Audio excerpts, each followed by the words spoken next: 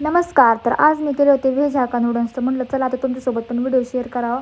तर पहिलं मी किसलेला गाजर घेतला होता, कांद्याची पात, कोबी, शिमला आणि कांदा घेतला होता. सगळं बारीक चिरून व्यवस्थित घेतलं होतं आणि एका साईडला नूडल्स पण बॉईल करून ठेवले होते, तेल वगैरे लावून व्यवस्थित सगळं सेटअप करून ठेवला होता. मग आता म्हटलं चला रेसिपी पण स्टार्ट करूया.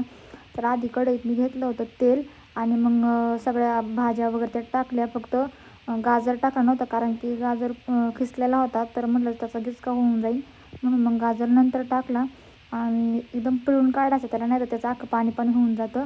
त्याच्यामुळे मग सगळ्या भाज्या वगैरे टाकल्या आणि व्यवस्थित सगळं फ्राय वगैरे करून घेतलं. पहिलं थोडंसं सॉटे करून घेतलं, मग मीठ वगैरे टाकून परत थोडा वेळ त्याला जरा हे शिजून दिलं, कारण की कच्च्या राहिला तर मग घरात कोणाला आमच्या आवडतच नाही.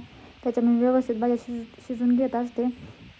त्याच्यानंतर मग चिंग्सचा आपला नूडल्सचा मसाला टाकला आणि मॅगी मसाला पण टाकून बघा, खूपच छान लागतो. मी नेहमी टाकत असते. त्याच्यानंतर मग टोमॅटो सॉस वगैरे टाकला. बाकी एवढेच बेसिक मसालेच मी टाकते. बाकी सोया सॉस वगैरे मी तसं काय टाकत नाही, मला आवडत पण नाही ते टाकलेलं. त्याच्यानंतर मग आपले बॉईल केलेले नूडल्स वगैरे टाकून घेतले आणि चांगले उलटे पालटे करून घेतले व्यवस्थित आणि जरा वेळ थोडंसं वाफ पण दिले त्याला, मला जरा व्यवस्थित हे होतील, शिजतील आणि त्याच्यानंतर मग झाले होते आपले नूडल्स तयार. बाय.